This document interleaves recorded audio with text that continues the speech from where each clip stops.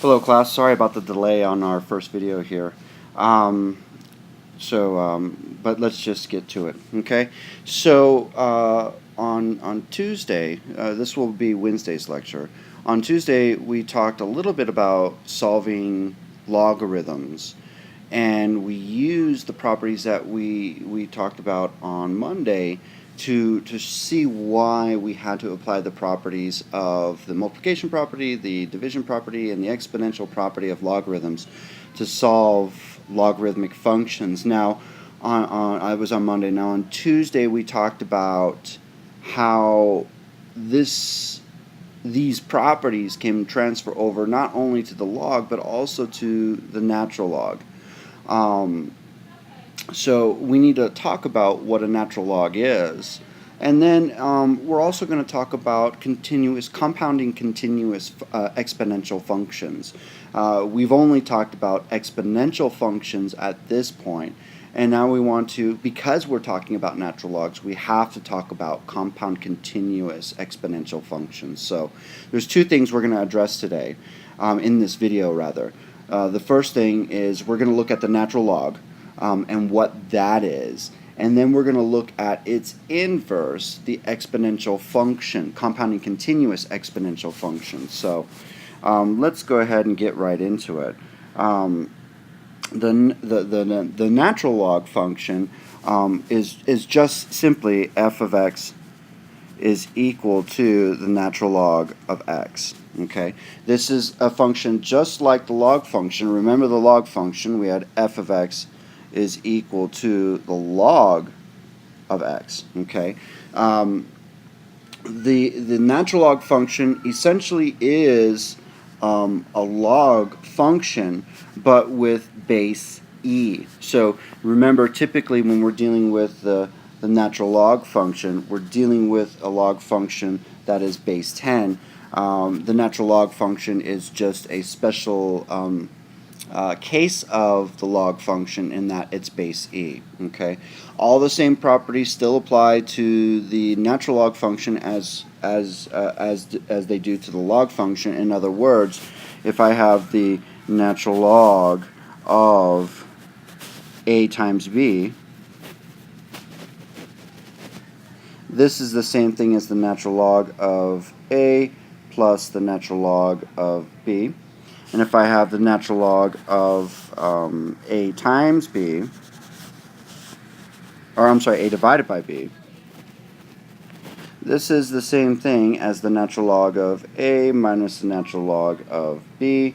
And then finally, if I have the natural log of a raised to the x, for example, this can be rewritten as x times the natural log of a.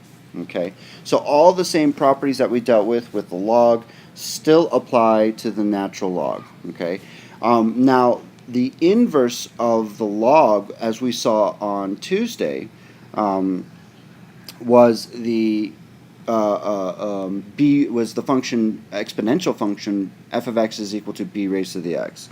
So recall when we dealt with the log function, f of x is equal to the log of x, the inverse of this function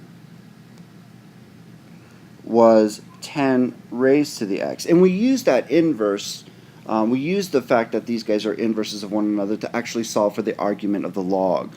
Well, the same thing can be said about the natural log, in that if I have a function f of x is equal to the natural log of x, then its inverse is going to be e raised to the x.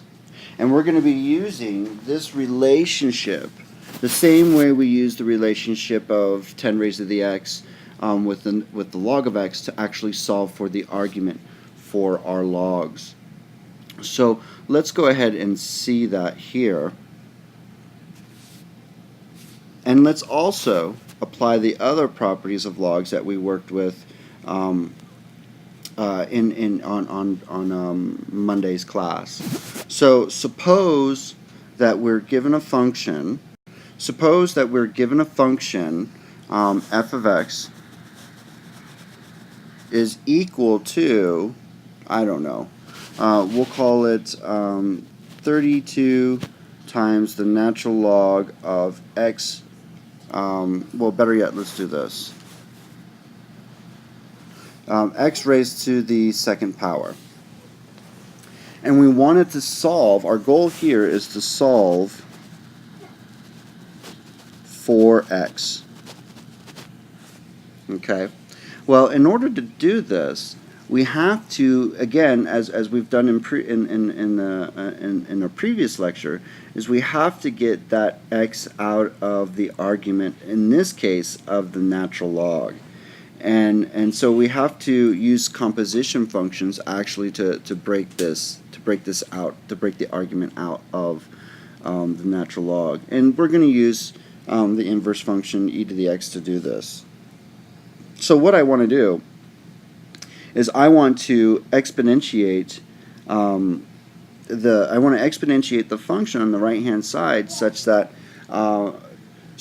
when we take the composition of the two functions, all I'm left with is the argument. So let's just say, for example, we had some value for this function, f of x, and we set it equal to some numerical value. We'll call it 1. So 1 is going to be equal to 32 times the natural log of x squared. And we want to find out what x value makes this equation true. Just like we did in previous lecture, we want to exponentiate both sides with base e. Okay? So what I want to do is I want to exponentiate both sides with base e. So I get e raised to the 1 is equal to e raised to the 32 times the natural log of x quantity squared. So I've exponentiated both sides with base 32. We can play around with the exponents here on the right hand side using our properties of logs. So remember, our properties of logs state that if I have some value times the natural log of the argument of the function, I can rewrite that as the natural log of that argument raised to that value. So we're going to go ahead and apply this bit of knowledge to solving for x in our equation here. So I can rewrite this as e raised to the 1 is equal to e raised to the natural log of x squared, all raised to the 32. Okay? Remember our properties of exponents. Whenever I have a power raised to a power, in this case I have x squared raised to the 32. We simply want to multiply those two powers together, and I get e raised to the 1, or I'll just leave that as e raised to the 1, is equal to, now, given that the exponential function, the compounded continuous exponential function e and the natural log are inverses of one another, I should just get the argument. Or in this case, I should just get x raised to the second, all raised to the 32. Okay?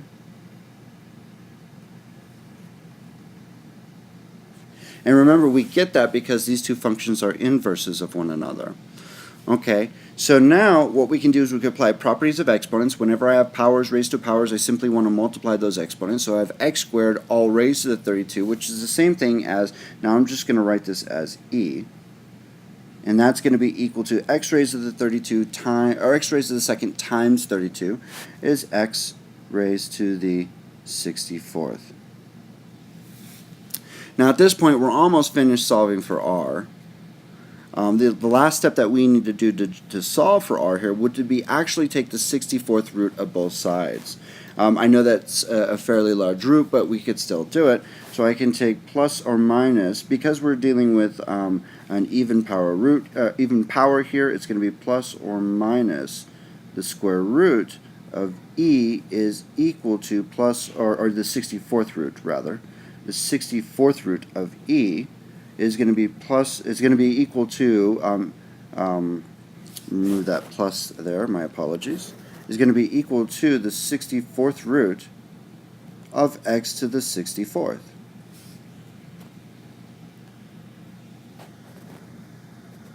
Now, all we need to do at this point is just to simplify the right-hand side a bit more, and I get plus or minus the 64th root of e is equal to x, and that will be our final answer.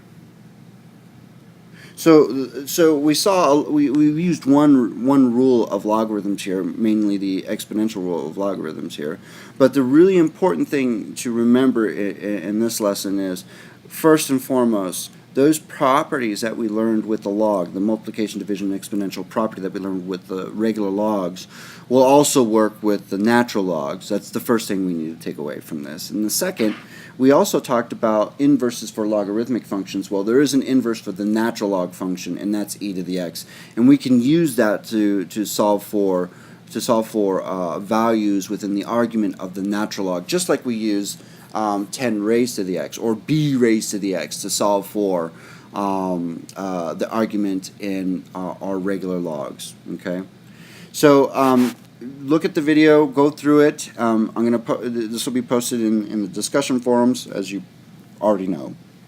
And if you have any questions, start posting questions inside of the discussion forums, and we'll talk about this lesson. Okay. Sorry for the delay, and I look forward to hearing from you guys. Thank you.